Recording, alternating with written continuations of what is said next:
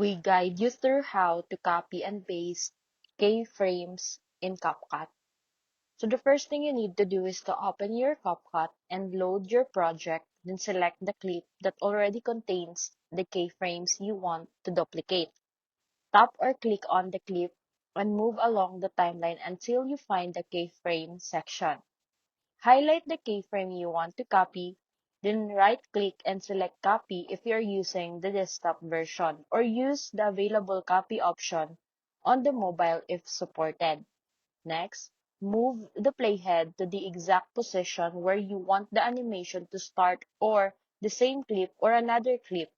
Select the target clip, right-click, and choose Paste Keyframes. CapCut will instantly apply the same animation movement, zoom effect, or adjustment without needing to recreate everything manually.